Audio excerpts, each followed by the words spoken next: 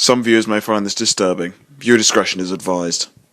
Hi my loves, it's Destin Choice and you're watching Choice TV. So in today's video I wanted to get on here and do a nice little mukbang. I have my oxtail, curry chicken, jerk chicken, cabbage, Jamaican styled rice, this little donut roll, vegetable Jamaican patty, which I didn't even know they had those, and I have my ackee and soulfish. So I wanted to get on here and talk about my glow up, how I leveled up, and how you can too. And I also really want to do a nice deep dive into generational curses and my possible future book. So as you guys know, that I've been doing YouTube for like a good minute, and of course a lot of you guys probably got introduced to me looking like this. And there might be a lot of controversy in the comment section. Like, why are you putting your family business out there? Cause I want to, bitch. Now, one thing people always ask me is how I lost a whole bunch of weight. And I'm not really going to go too deep into that because I did a whole dedicated video that I really recommend y'all watch. It looks just like this, so go look for that and go watch that shit. But for the most part, when it came to my weight loss journey, of course you guys know that a lot of it just has to do with lemon water and sea moss. Now, let me start by saying that I finally found some seasoned food in Los Angeles. Because you guys know, since I lived in Los Angeles, I could not find anything that's been seasoned. Everything tastes like it's been seasoned with salt and water. And when you go into a restaurant in Los Angeles, they'd be like, oh, are you sure you want it spicy? Because Hunt's ketchup is like really, really, really spicy. But a lot of y'all recommended me some good places, and I tried this nice little Jamaican spot. But I really want to say how my glow up started, how I started glowing up, how I started leveling up, and how I started basically living a better life. And I wanted to give a nice deep dive and start off with the fact that I put up a lot of healthy boundaries and the fact that many of you guys probably struggle with healthy boundaries. Now, for one, when it came to my glow up, I had to realize that when you get to a certain level of success, you get to a certain level when it comes to your tax bracket, when you get to a certain level when it comes to what you want to do with your life, how you want to move, how you want to attract good things in your life, you tend to move at a different wavelength. So when you move to a different wavelength and your wavelength is very different, a lot of people who you grew up with, you were children with, people you went to college with, people you just knew your whole life, start to switch up on you because people's demons tend to pop out when they see people conquering their own demons. And this might sound kind of crazy, but ever since I've been going through my spiritual journey, I've been able to pinpoint and realize and see people's demons. This may sound crazy, but I have this tendency where I can sometimes see people's demons through their eyes. Now, let me explain.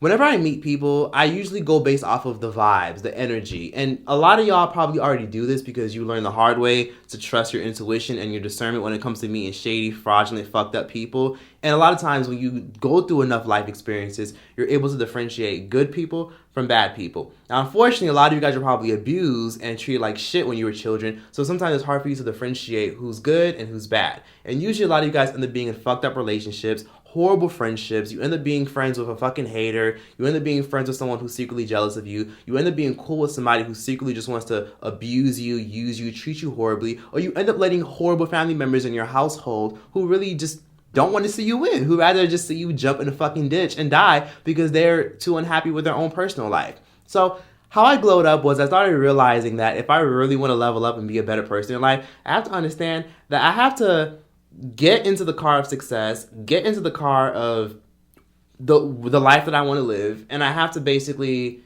realize that them bitches that don't match my wavelength, don't match my vibe, and don't got no damn gas money, gotta take the bus. Because if you just want to get in the car, you're not going to add no gas, and you're not going to add any fuel or ammunition to my vibe and my wavelength and my energy, bitch, you got to go walk and get your own car because I'm not letting you in. And it kind of starts like this. A lot of you guys are probably in toxic relationships right now. Yes, I know you are. And even if it's not a relationship with like a spouse, it could be something like a family toxic relationship. It could be your sibling who's always using you, always leeching on you. It could be your mother who's incredibly evil and toxic and treats you horribly. It could be your child that you're thinking of cutting off and keeping your distance from because they're low vibrational and their energy is draining you because they refuse to hold themselves accountable. Or it could be somebody in your life who you grew up with, but you feel the need to just keep them around because you feel bad if you cut them off. You may feel like you may be the problem if you just cut them off out of nowhere. But let me just say that if you want to just keep your distance with somebody, cut somebody off, you don't owe anybody any fucking explanation as to why you want to keep your distance and stop fucking with them because it's your life and you're the CEO of your own life. And what you allow is what will continue. And if you keep allowing people to treat you like shit, you kind of get everything you ask for. Think about it like this. I said this in my last video and I'll say it again. If you were in a horrible, traumatic accident and you need somebody to come pick up your car, who could you count on? Who could you call? And family doesn't count. Well, close family that you're close to doesn't count. Who would you call? Who would you count on? Who would you call? Who lives in your state that you know can come to your defense within the next 30 minutes to 1 hour? Most likely, a lot of you guys will sit up here and say, wow, I can't think of one person. And isn't that kind of sad how some of y'all probably got at least 50, 80, maybe even 300 contacts, and you can't even think of one person who will hook you up and help you out if you were having horrible issues?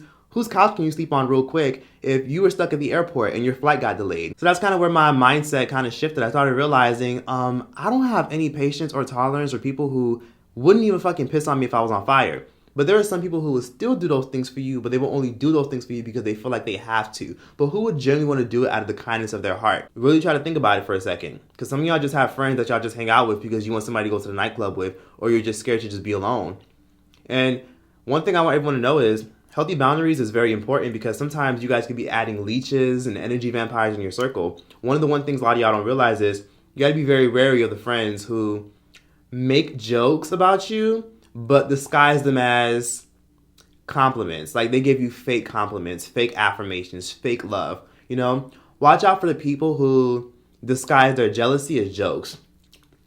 Like, oh my God, you're so pretty. Like your teeth don't look so fucked up anymore. Or, wow, like your hair is growing back so fast. You know, stuff like that. Or they say things like, oh my gosh, you're so stupid. Like your mental illness is taking over your life. Like, watch out for people like that because there'd be really people out here who will literally use your triggers against you just to like poke fun of your insecurities. And what's sad is some people don't realize that they're unconsciously doing it because a lot of people that you allow within you are toxic because they have people to do it because they have people that do it to them. And one thing I learned is jealousy, hatred, low vibrational toxicity. That's a curse, which leads me to what I was talking about: generational curses. Generational curses will ruin your life. I'm a very firm believer in the energy around us is very much real, which means there's demons, there's good spirits, bad spirits, and everybody has a good angel and a bad angel. I'm a firm believer, and I don't believe that there's a hell or a heaven. And don't hit me with that, well, then where do people go? I believe hell is right here on earth. And I believe you can either choose to be at the high vibration, which is supportive, kind, open-minded, positive, enlightened, and educated. That's the high vibration. That's the heaven part. And the hell part is if you are always in some shit where some horrible thing has always happened to you and you just push everybody away, then you're living in hell. Hell and heaven in my personal aspect is a mindset. And once I realized that mindset, that's when I started to realize, yeah, you're cut off, you're cut off, you're cut off. Ooh, you know what? Let me just change my number because it seems that some of you guys only call me when y'all need something. You know what? Let me just stop fucking with you. Oh, you know what? When I meet new people, let me just start giving them my text-free number because I have a text-free number that I usually give out to people. So basically, if I think you're cool and I think I vibe with you and you ask my number so we could like probably hang out, I feel bad about saying no, but then I also sometimes don't feel bad about saying no. But in some cases, I'll just give certain people my text-free number. I'll be like, oh, here's my text-free number.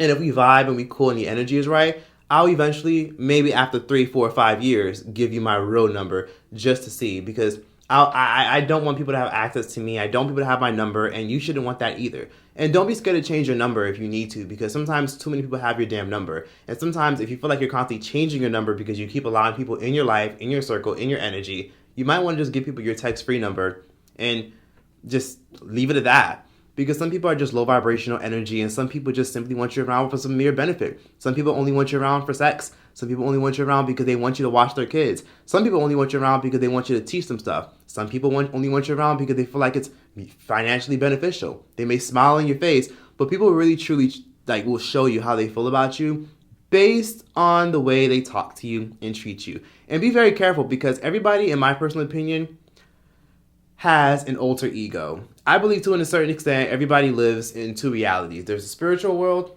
and there's the reality. You know what I mean? So sometimes you might meet someone, they might seem cool, whether it's a spouse, a potential spouse, someone who might be a friend, someone who seems like family, and they'll truly show you how the fuck they feel about you just from the way they talk to you. Like 1 minute they'll be talking about how they can't wait to just go to the club with you. The next minute they throw in shade like, I don't want you coming around because you always taking all the guys' attention.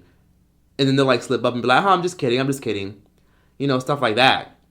Might want to be careful. Or that you might have someone in your life who only hits you up when they need something. Like, I just spent all my money and I want to go to the club. Can you pay for me? Or can you give me like $50? I'll pay you back, like that type shit. You know what I mean? Like they'll pretend they're your friend. They'll pretend they like you. But let's be honest here.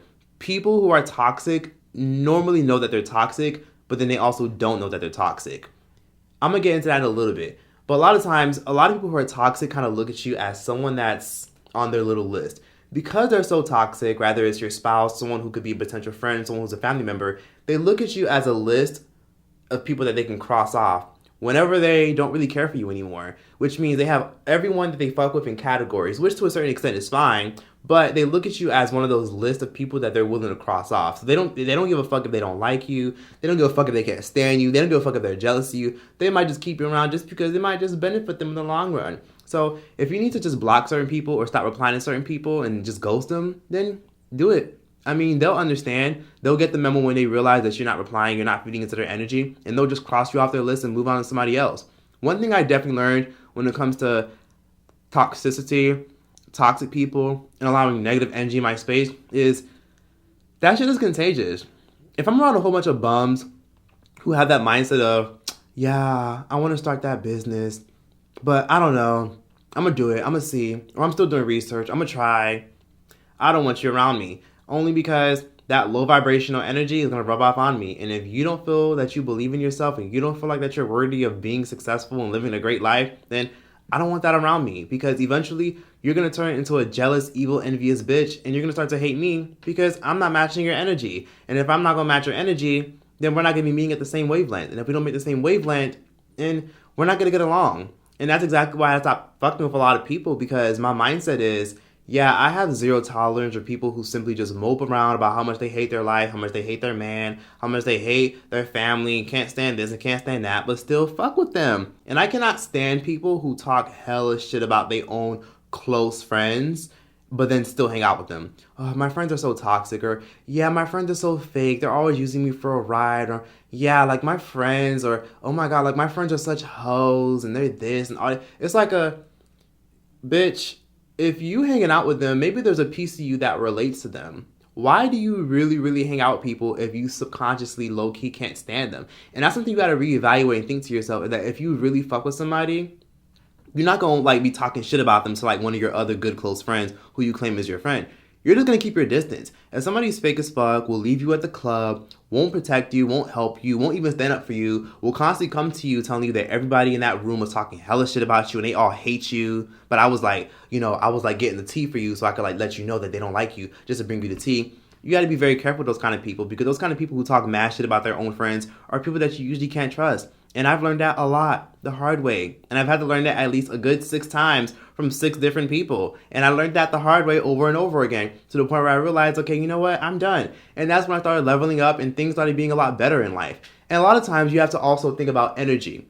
A lot of us don't realize this, but if you hang around certain people and your anxiety starts raging, run, bitch, run. You need to run, because more than likely that person who's draining your energy and is causing you to have anxiety after you have a conversation, during you have a conversation, they're trying to tell you something. Well, your ancestors are trying to tell you something. That means that their energy and their wavelength don't match with yours, and their energy just disturbs your spirit. If I get hella anxiety and hella anxious and like hella sad and depressed and low, and I start playing flashbacks of all the little shady things you were doing to me, more than likely that means that I gotta stop fucking with you, because I don't like people draining the fuck out of my energy. I don't like people who hang around me because they feel like they can gain from it. Rather, it's a ride home, it's an extra $20 just in case they need someone to beg for. It's someone that they can talk to when they're bored, or someone they can talk to when they want a clubbing buddy. I don't have time for that shit, and you shouldn't either. So that's pretty much how I glowed up. And in a nutshell, everything I just said is called setting up healthy boundaries. A lot of y'all sometimes like to lie to yourselves and say,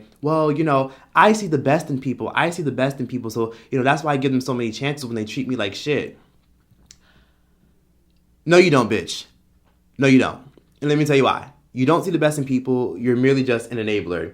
I learned this the hard way, that anyone who ever says, I see the best in people, is usually saying, translation, I'm an enabler and I don't know my worth. And since I'm an enabler and I don't know my worth, I'm only going to allow people in my life who disrespect me because I don't feel like I'm worth more than just the way they treat me. And I subconsciously believe the way they treat me is something that I deserve, because I don't feel like I deserve to be happy. you don't see the best in people. You're just an enabler. You're an enabler. And I hate people who also say, yeah, but the reason I, I forgave, my man for doing this to me, or the reason I forgave my friend for like treating me like this is because, I'm a forgiving person.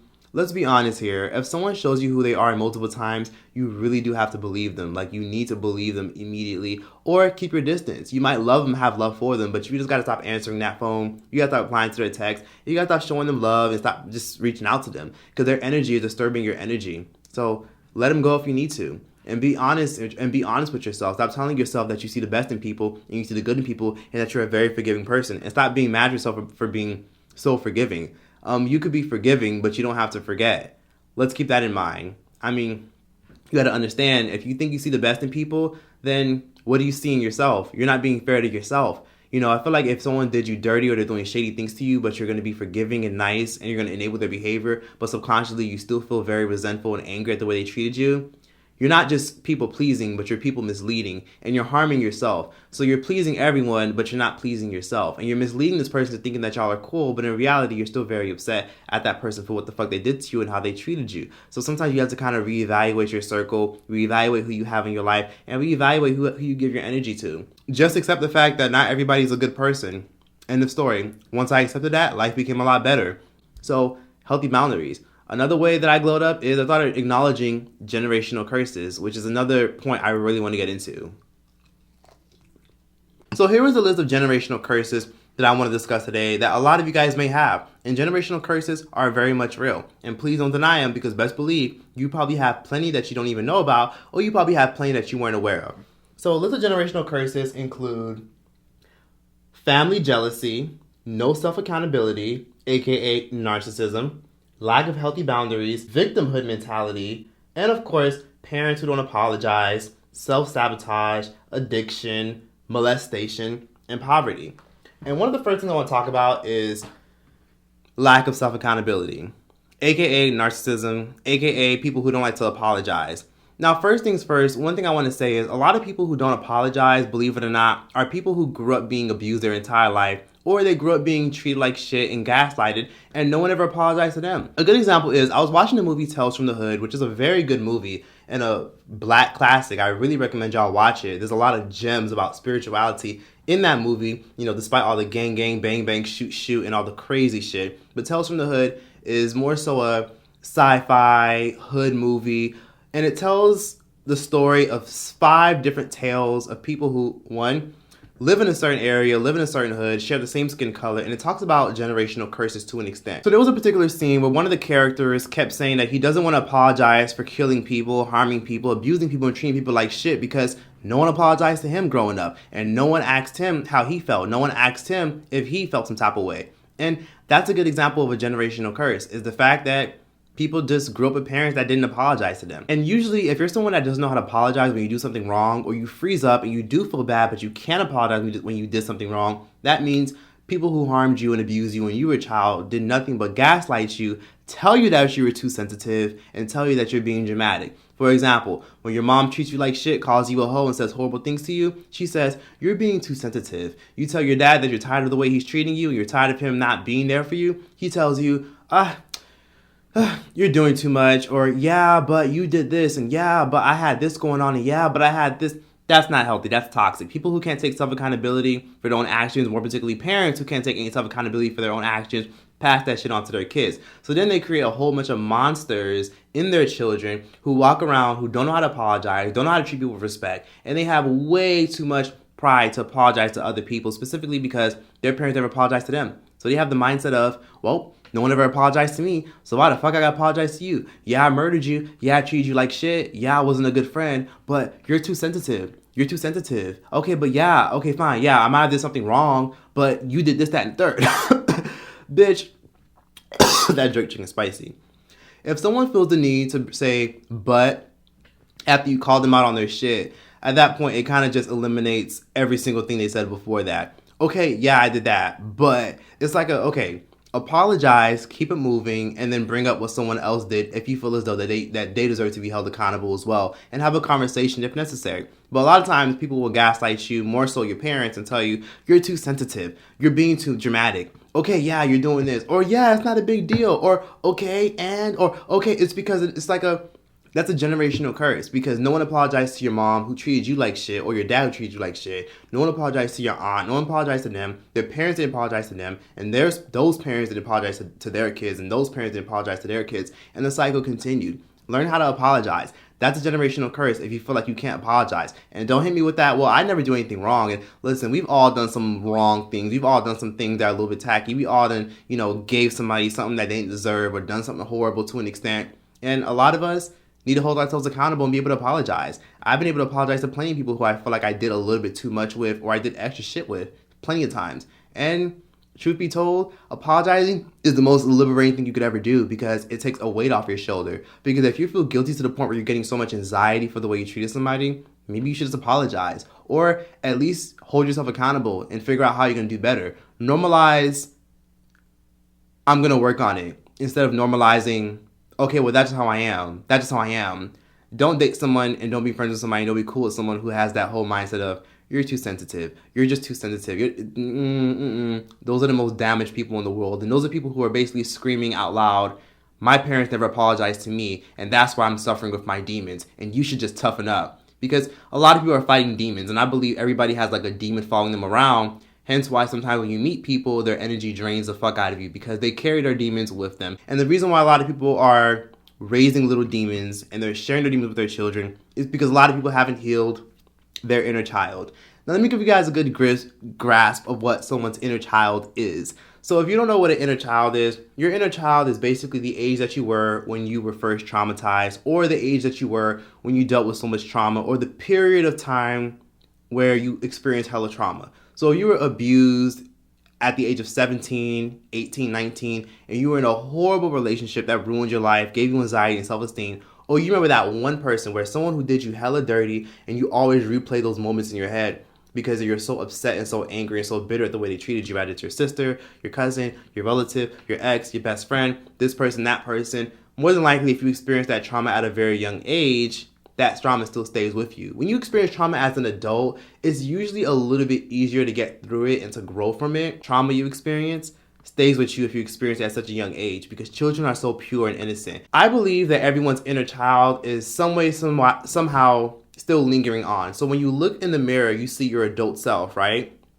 But what you don't realize is you're looking at yourself, but on the inside, you're really that 13-year-old girl who was abused and treated like shit when you were a child. You're really that 15-year-old boy who was horribly mistreated by your parents or horribly mistreated at school. You're still stuck in that 9-year-old appearance or that 8-year-old experience that you were when someone that you loved dearly did something horrible to you, or someone that you thought you could trust did something dirty to you, and it's affected you. There's a reason why childhood trauma is always brought up in therapy. I look at it like this. This is the best analogy that I can give people who don't understand the whole inner child argument. Think about the movie Monsters, Inc. I'm pretty sure every single one of you guys have seen the movie Monsters, Inc. Notice how in the movie, every single kid had their own monster assigned to them in their closet, under their bed, in their cabinet, so on and so forth.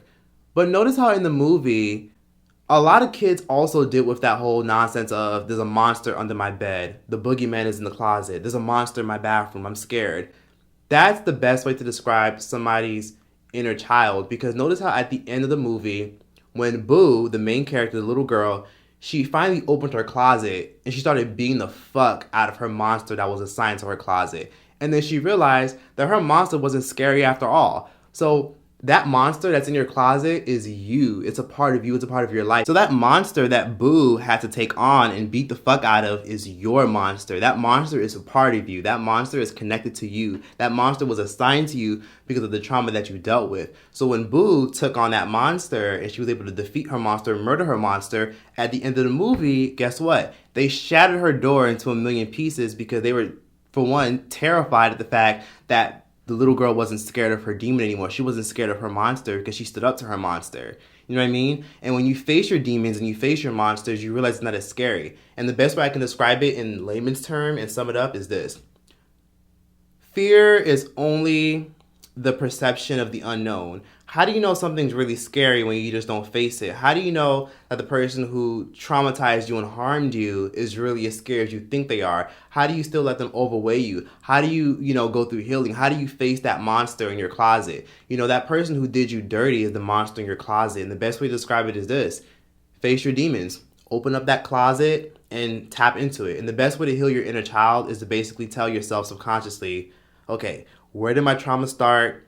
Think, map it out, write shit down if you have to, and try to figure out what you can do to grow from it. Do you need to forgive? Do you need to go to therapy? Do you need to reach out to a family member you haven't spoken to in years and ask them for closure? Do you need to reach out to that one friend who did you dirty years later and ask them why you deserved what you got? Do you feel the need to reach out to somebody who did you dirty 2-3 years ago? And if you don't care to do that, what about that trauma is still holding you back and preventing you from living your life? How is it preventing you from living your life? You know what I mean? A good example is I had to forgive my parents, and I forgive my parents this year because I felt like I was over it. And I felt like despite all the shit I had to go through with my parents and the horrible things my mother did, I felt as though I don't really care anymore. It happened.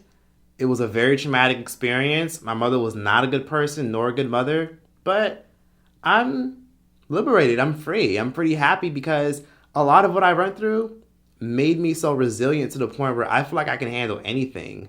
So it was really worth it when I decided to forgive my parents. So sometimes that's what you kind of probably have to do in order to heal your inner child, is to release yourself from that closet. You have to tell your inner child, hey, that monster in your closet, only you have the key to make that monster go away.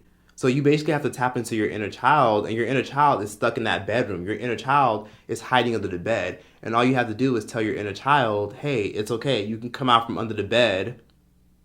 There's no monsters here. And once you do that, your inner child will see it, face their fear, and that inner child is going to die. They just will move on. They'll live. They'll leave. They'll cross over to the other side. I guess that's just the best way I can sum it up. Because when your inner child is damaged and poisoned, it's because your inner child is hiding under the bed. Your inner child is hiding under your childhood bed, and they're scared as fuck of leaving under that bed because they assume that the monster is going to grab them and snatch them up. And guess what that monster is? That monster is your deep-rooted trauma, insecurities, and everything that you still refuse to get closure on. You know deep down inside how you can get closure from all the trauma you went through as a child. You know that there's a possible way, even if it's going through therapy, even if it's making that one little phone call to that one person, or even if it means holding yourself accountable and apologizing to those people that you did wrong, or holding yourself accountable and distancing yourself from those people who perpetuate that trauma you went through. You know what you need to do. And that's what you pretty much have to do in order to heal your inner child, or else your inner child is going to be stuck under that bed for the rest of your life. And that inner child that's hiding under the bed is going to end up raising your future children. And if that inner child raises your future children, your children are going to end up developing the very same fears, trauma, negative habits, anger issues, lack of patience, lack of self-worth, lack of confidence, because you're going to unconsciously pass that shit on to them. So not healing your child is a generational curse. There's a lot of people who haven't healed their inner child and are walking around painful and angry all the time. There's people who make it to the age of 50, 60, 70, 80 years old and they never end up healing their inner child because they're so angry and they're so upset all the time. And anger is another generational curse. So you can break that cycle. All you got to do is free yourself. Your inner child is the only person that can get away from under that bed, open up that closet, and see and realize that there's no monsters in there, that it was all in their head. Just like how when you were a child and you asked your parents to check under your bed, or check in the bathroom, or check in your closet, and the monsters were never there, you were just imagining it and manifesting it. It is that serious. What they did was horrible. They should be held accountable, but I don't want them to apologize because I don't feel like I want an apology. Truth be told, the people who wronged you are probably not going to apologize to you. And that's motherfucking fine, because I don't expect anybody to apologize to me.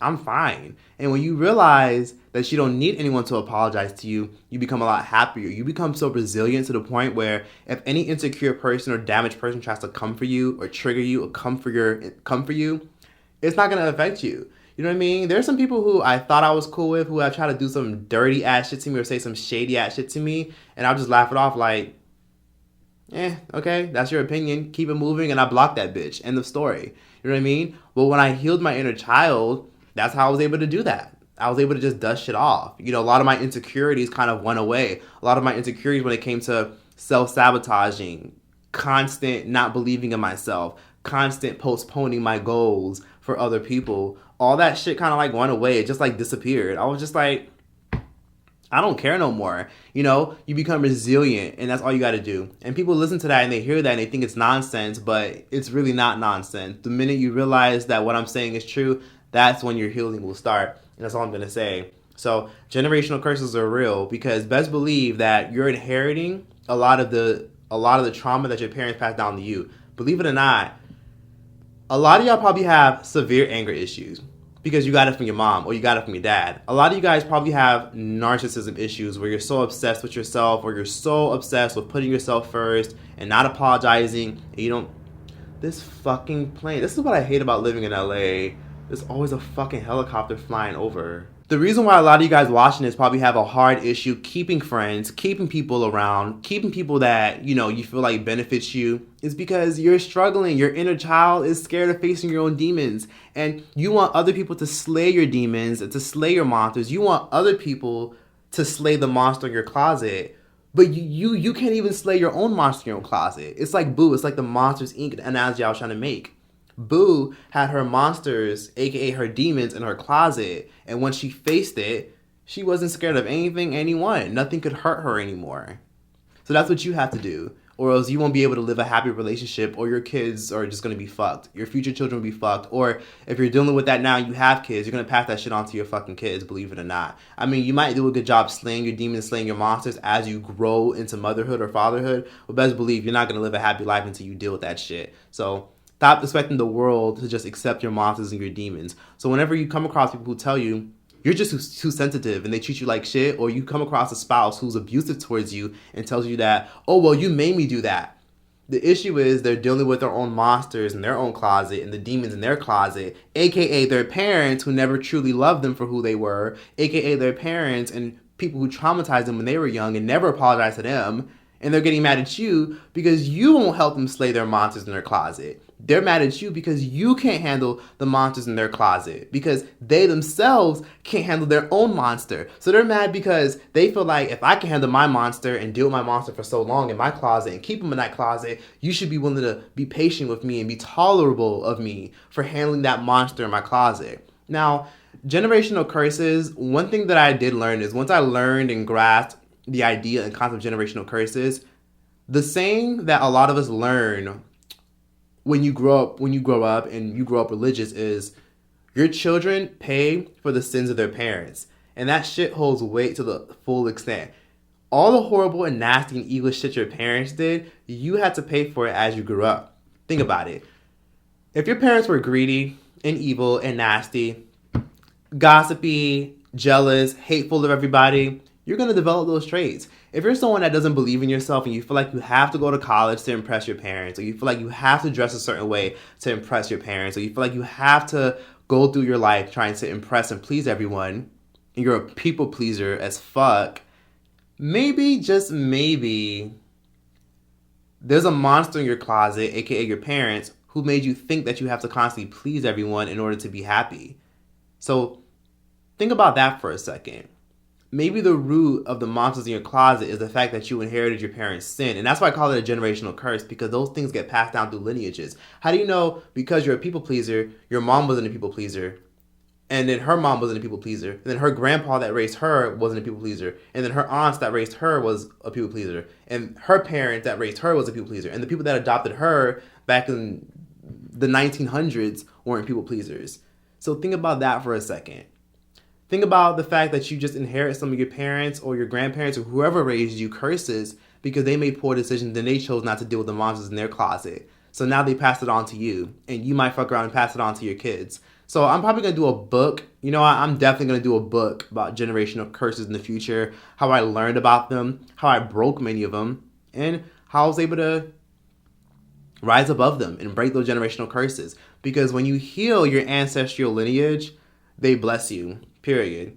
You're going to get a lot of blessings because you're just going to realize, holy shit, that monster in my closet wasn't scary after all. I feel like I could finally walk around my room, leave the room, and live my life. So that's that on that. Personally, truth be told, when I do write this book, I'm going to just go in full depth because there's a lot more that I learned that I can't really break down completely in this video. This video will be like 3 hours long. I don't know if a lot of y'all going to watch a 3-hour video, but There's a lot that I learned when it came to generational curses. And I learned that generational curses will only ruin your life if you let them. Another generational curse that a lot of people have is poverty. Poverty. You don't have to live in poverty if you don't want to. Poverty is escapable. And I'm not saying this from a place of privilege. I'm saying this from someone who actually went through poverty. For example, and a lot of people don't know this because I don't talk about this very often, but when I was 15, 16, 17, I was homeless most of high school because my mom was very irresponsible, didn't have her shit together, was constantly spending money on trying to impress people, have the nicest clothes, the nicest house, and she would literally like get apartments that she couldn't even afford because she was so obsessed with people looking at her self-image.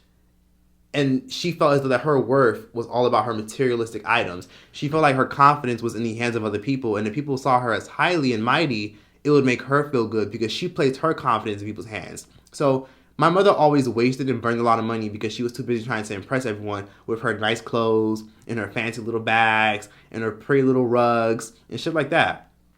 But truth be told, that's why she was never happy, because when you place your confidence in the hands of other people, you won't be able to live. It's just like what Taraji P. Henson said in her little speech. If you live for other people, you won't live. If you listen to other people, you won't live. So just live your life. And basically where I'm going with this is I remember at the age of 15, 14, 16 years old, I remember one of the main things that was so traumatizing is every time my mom would get evicted, my mom would always get her credit all fucked up. Because my mom had fucked up credit, she couldn't really get any fucking apartment. I remember being 14, 15 years old. She couldn't even afford internet type shit. And I remember us constantly having to get evicted. My mother probably had at least 7 evictions, truth be told, and 2 car repossessions. So because of that, her credit was so fucked up. And that interfered with her trying to get a new apartment, trying to get a new car. And I remember constantly going through Zillow, Craigslist, and all these apartment websites trying to find her a new apartment. I remember being 14, 15 years old, and I'm talking about like I wasn't just doing this once, twice, 3 times. I was doing this for years because she would constantly get evicted. 2 years later, we gotta do it again. 2 years later, do it again. 3 years later, I gotta do it again. And at the age of 14, I remember just being annoyed because I would like have a pen and paper in my hand and write down, okay, this place for rent. Okay, this place is $1,200 a month. Okay, wait, that's not in my mom's budget. No, let me find something cheaper. Okay, mom, I found this apartment. And then my mom would like go off on me and say, oh, I don't want to live in that house. You know how people gonna view me? Or she would say, no, that's a little bit too hood. I don't want to live in that area. I don't like that area. Find something that's in this nice, pretty, good upscale area. And then I would be like, I tried, but you can't afford nothing in this area. And she would be like, yes, I can afford it. I'll try. I'll find someone that can co-sign for me. Or, yes, I can afford it. Just keep looking, keep looking, and find something that's in this price range, that has 3 bedrooms, that has a nice pool, that has this, that has that. And I remember being 14, 15, 16 years old at the library, sitting at the library for hours, trying to balance and, for example, organizing my homework, trying to do my homework at the computer at the library. And then in a different tab, I would also be trying to like outline and figure out, okay, we could live here, we can move here, that type shit. I was basically trying to analyze my mother's budget, look for apartments from my mom, and then also trying to balance schoolwork at the age of 14, 15, 16, and even at 17 years old. And that took a huge toll on me and forced me to grow up very, very fast. And there's a lot of things that I had to go through that caused me to grow up very, very fast. Because mentally, I didn't have the time to just relax and chill and be a kid. Because, truth be told, I don't even remember any good moments of my childhood. Honestly, I don't even really remember much of my childhood. I just remember most of my childhood consisting of just being homeless and worrying about my mother's finances and helping my mom budget her damn money because she was so irresponsible. And all my other siblings didn't really give a fuck. They were just doing nothing. They just were just chilling on some like, whatever, she'll figure it out. But I was the one that was like, oh my gosh, I don't want us to be homeless. Let me figure this out. Mind you, I'm the youngest out of all my siblings. So I was the one that was like trying to like find her a place and fight and then help her organize her budget and figure out what she can get, what she can't get, what she can approve for. And I learned about credit at the age of 15 years old. That was just one thing that I had to realize. That was like one of the monsters in my closet. And once I was able to accept that for what it was and embrace the goods of it and the bads of it, that's when I was able to just move on with my life and just say, yeah, fuck it, I don't even care anymore. Because I'm not going to get an apology and I don't want an apology. I'm fulfilled. And I feel like if I didn't go through all that shit, I wouldn't be so resilient in this world. So it had its benefits.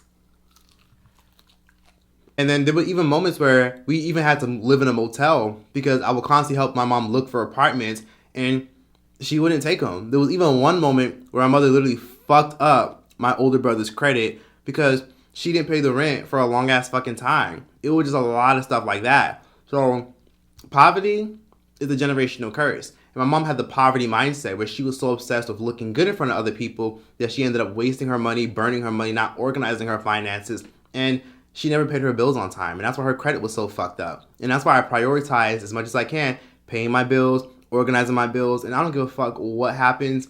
I will always pay my bills first before I ever decide to splurge and impulsively spend. My bills will always be paid on time. I don't like paying late, period. Poverty is kind of a generational curse. And a lot of people sometimes go around telling black people, people of color, oh, see, the poor get poor, the richer get richer, which in some cases is the truth. But truth be told, you don't have to be poor if you don't want to be poor. And I hate to say it, but it's the truth. There is poor and rich can mean a lot of things to a lot of people. All you gotta do is just change your mindset, shift your mindset, and utilize your time, and you can get out of that poverty mindset. You can get out of that mindset that you're gonna be in poverty your whole life. If you believe that you're gonna have a hard life with a ton of debt, and you're not gonna have no money to spend and live your life, and you're so worried about money, you ain't never gonna be happy. You're never gonna break that generational curse of poverty because you have a poverty mindset. You believe that the world is so unfair and it's so fucked up and you're gonna be so broke and this, that, and the third, and after college you're not gonna have no money. Says who? Says you, because you believe that shit. Break that poverty mindset. Once I broke that poverty mindset of trying to buy a whole bunch of shit to impress people, that's when I realized I could just live my life. Then there's self-sabotage. A lot of y'all don't really believe that you could be successful because a lot of you guys are so obsessed with what your parents think. Oh my gosh, I gotta like go to college or else I won't be successful. Even though I want to start a business, even though I want to go into art school or I want to go into this, I have to go to university and be an RN or be a registered nurse and go to school to be a doctor so my parents can love me and be happy for me. Self-sabotage. When you do things to impress your parents or do things to impress other people, but you're hurting yourself in the long run, you're self-sabotaging. When you say you want to be this, and you want that, but you really just want money out of that, but you know damn well you're not fulfilled or happy doing that, you're self-sabotaging yourself. You're sabotaging your mental health. So when you see people who are happy, it's going to disturb you. It's going to disturb your spirit because you self-sabotage, and when you see people who aren't self-sabotaging, it bothers you. And that's why a lot of you guys who want to do businesses, want to start a YouTube channel, want to pursue a certain venture, haven't even done it yet because you're so obsessed with sabotaging yourself. You keep saying, yeah, I'm going to do it when the time comes. Damn, I'm going to do it in a few months. Okay, when New Year's happens, I'm going to do it. I'm going to start getting in shape. I'm going to start doing this and I'm going to start doing that. Nope, still ain't do it. Oh, okay, I'm going to start my YouTube channel. I'm going to start this. Or, yeah, like when I grow enough courage, I'm going to, leave my baby daddy and, start a new life and start a new journey. Nope, time goes by, you still don't do it. You're self-sabotaging. All you got to do is take a leap of faith. We have the same 24 hours as Beyonce. I know people hate hearing that, but it's the truth. We have the same 24 hours as Beyonce. End of story. There's 168 hours in a week. What are you doing with your time? Are you sure you're really applying yourself? Oh, I work a lot. Bitch, really? You work a lot? Okay, cool. So since you work a lot, you don't have time to shower? You shower, right? You don't have time to go through out the trash, check the mail. You don't have time to scroll through social media. You do, of course. You have time to do all those things. You have time to scroll through social media. You have time to talk to your friends on the phone for 3 hours. You have time to procrastinate. You have time to go on social media when work is done. You have time to literally waste time. You have time to take an extra nap that you don't even need. And you have time to go shopping at Whole Foods and buy a whole bunch of shit that you don't even really fucking need. See what I mean when I say a lot of people who say they don't have enough time are really just lying to yourself? No, bitch. There's no such thing as running out of time. There's only wasting time. Time is just time. You just keep wasting it. That's it. Utilize your time wisely. Even if you want to start today. Just start. You have to start. You want to be great, just start. Stop self-sabotaging. You want to be super successful after you leave high school? Then pursue something now. Find a little side hustle. Start it at 16, 17 years old, whatever age you are. And build it up from now up to when you're in your 20s and watch how successful you become and fulfilled you become. Just do what you do best. Do what fulfills you. And if you don't know what you want to do with your life, then do what you are comfortable with instead of trying to impress people. Because usually people who self-sabotage are living to impress other people, where they're scared to take the leap of faith because they want instant success and instant gratification and instant fame and instant money. Because they feel like if they don't have it instantly, then people would think less of them. They feel like, if they have a whole bunch of friends who are doing so well, make so much money, they think that if they pursue their little small business and it's not doing well for 2 years, all their friends are going to look at them like they're stupid. like they're dumb.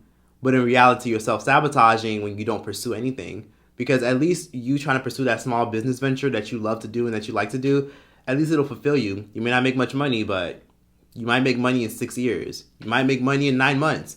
You might make money in 8 years. I'm just saying. So let's just be honest here. Stop self-sabotaging. You need to hop out your feelings and hop into your bag. There's so much to do out here. There's so much money out here. There's so much opportunities out here. But so many people just want to waste time, blame the world, point the finger at everyone but them damn selves.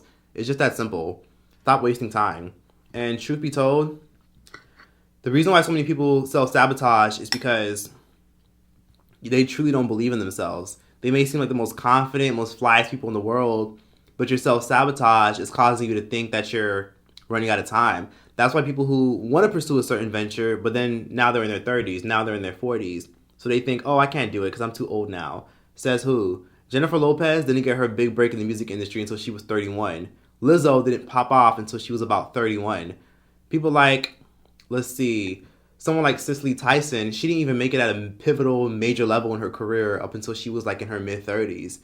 Viola Davis didn't even really get her big breakout Academy Award until she was in her 40s. Think about that. You're not running out of time. You're just wasting time. Stop wasting time. Because when you say things like you're running out of time and you feel like you're getting too old and it makes you jealous of people who are younger than you, and you feel jealous because you feel like you can't do it because so much time has gone by and other people still have their youth, you're just lying to yourself. Because let's just be honest for a second. You don't even know the hourglass of your life. Bitch, you could die tomorrow. Not wishing that on you or anyone else, but you really could. So if you were to die right now, would you be fulfilled with what you've accomplished? Probably not. Would you be fulfilled with even 50% of what you've accomplished? Shit, probably not. Probably not even 10%. So just do what you got to do. So those are just good examples of generational curses. Just, victimhood, blaming people for your own actions, not forgiving people, not facing the monster in your own closet, not healing your inner child, not getting the closure you deserve, and not finding peace and happiness within yourself. And that's how I glowed up, and that's how I bossed up, and that's how I lived my best life. Because I'm still learning and I'm still growing, and I still have a lot of things I got to work on when it comes to, having ADHD, and when it comes to balancing my schedule and balancing my procrastination and controlling my slight impulsivities. I'm healing, and I'm on the right track. And I feel like I really am on the right track. And if you feel like you're not on the right track and you don't have any direction, then maybe you just need a slight change. Like moving out of your hometown or cutting off those toxic people and toxic family and friends that you know ain't shit and that you know are jealous of you. And once I cut off toxic friends and I cut off toxic family members, my life became a lot more peaceful. My anxiety got a lot more better because all I had to do was cut off people who were the source of everything. No person, no problem. Fun fact. A lot of times the source of your issues is usually the person that's causing your issues, aka maybe your child who's toxic, maybe your mother, your significant other, and maybe a friend who you really need to cut off who really isn't good for your spirit. And stop telling yourself that you see the good in people and you're forgiving and that's why you tolerate them. Nope, you're an enabler, you're an enabling bitch, and you don't know your worth. So if you know the problem, then do better.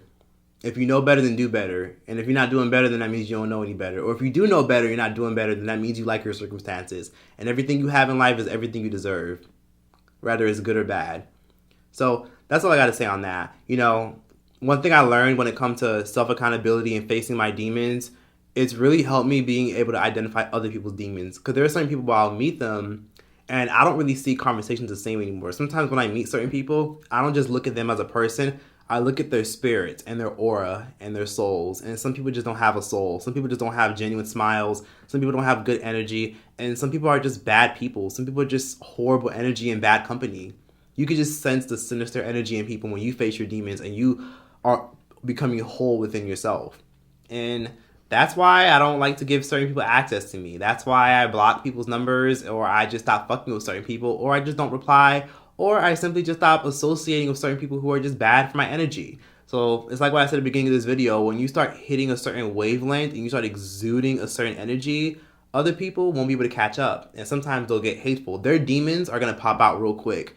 You know, like I said, watch out for people who tell you that you're too sensitive when you call them out for their abusive behavior. You know, watch out for people who treat you horribly, whether it's a spouse or a family member, and when you call them out on their shit, they gaslight you on some, okay, but, you know, you did this, and okay, yeah, I know, but watch out for that. Or, yeah, like, watch out for, like, you know, the eyes and the spirit. You know, use your discernment. Like, fill out people's energy, and if you feel like the energy isn't right, you're probably right, because energy doesn't lie.